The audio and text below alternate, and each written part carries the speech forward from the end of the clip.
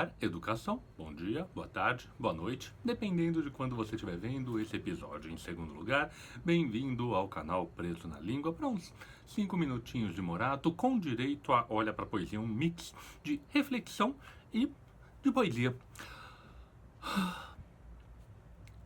Desde que eu comecei esse canal, tem bastante gente que fala pra mim que eu devia me dedicar a falar sobre os livros de leitura de vestibulares. Fazer desse um canal útil, fazer dele um canal prático, alguma coisa que possa empreender, que eu pudesse tirar algum proveito, que eu pudesse monetizar. Essas coisas me deixam um pouco incomodado porque é um problema contemporâneo de só entender a possibilidade do mundo como uma única, a empresa. Tudo tem que ser empreendimento, tudo tem que ser rentável, tudo tem que ser monetizável. E, sinceramente, desde que eu comecei esse canal aqui durante a pandemia, tentando ocupar um pouco meu tempo e fazer algo de produtivo, eu não estava pensando nisso, de transformá-lo numa atividade rentável. Sei que não tenho tantos seguidores, os algoritmos não vão facilitar a transmissão de poesia, mas eu fico satisfeito de fazer o que eu estou fazendo, de olhar para a poesia, de refletir sobre coisas.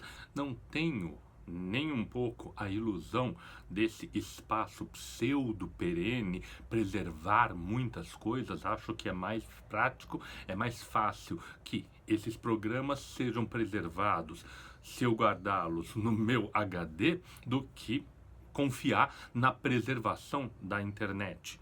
Não vou falar como Horácio que eu estou fazendo um monumento mais perene do que o bronze para mim.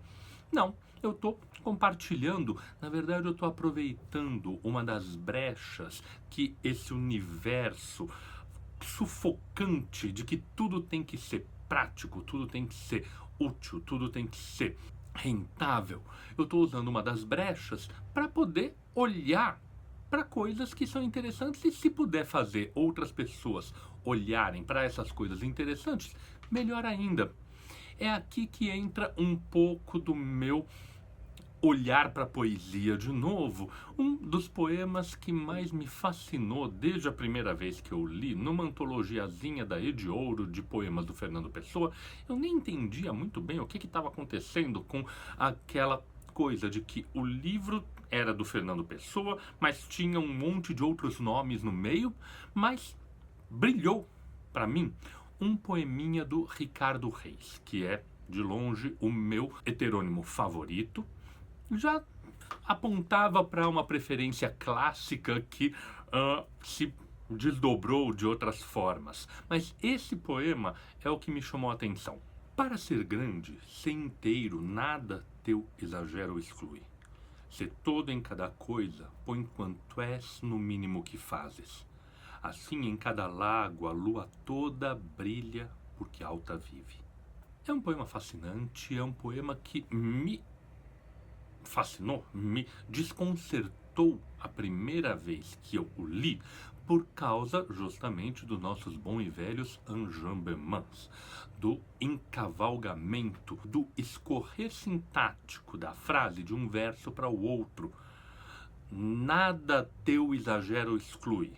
Põe quanto és no mínimo que fazes. A lua toda brilha. Essas construções me chamaram a atenção porque elas realizam formalmente a proposta do que elas estão falando. Ser todo é justamente fazer com que essas pequenas fissuras que o verso está criando não sejam fissuras que cortem o raciocínio. Na verdade, o raciocínio está todo junto, está todo unificado. Sem entender completamente o que estava acontecendo, eu já estava entendendo uma das maravilhas que a poesia tem.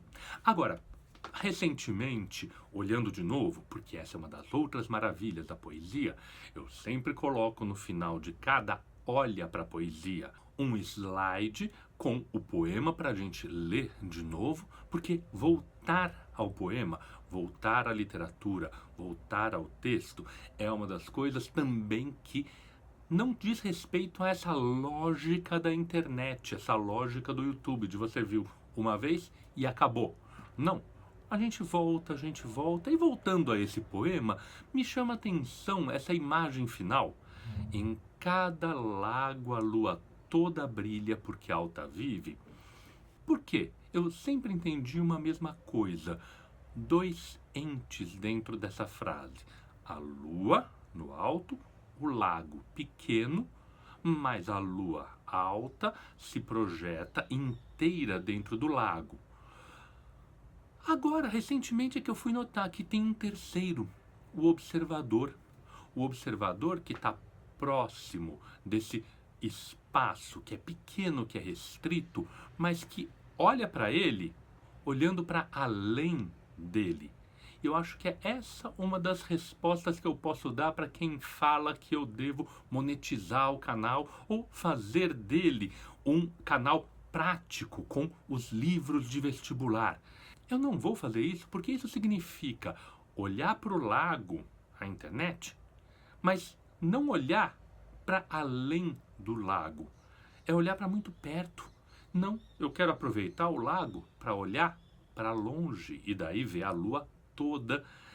Essa triangulação que o poema sugere, não explicitamente, porque ele deixa elidido o sujeito que olha, é uma das ideias que eu acho mais bonitas agora desse poema. Uma nova luminosidade, um novo brilho, uma nova inteireza que ele me apresenta. A gente, ao olhar para as coisas, precisa ver reflexos e olhar para além das coisas para poder ver alguns desses reflexos. Vamos olhar para essa tecnologia fantástica que a gente tem, mas não olhar para ela só no que ela tem de imediatista. Vamos olhar para um pouco mais longe, vamos olhar para a poesia.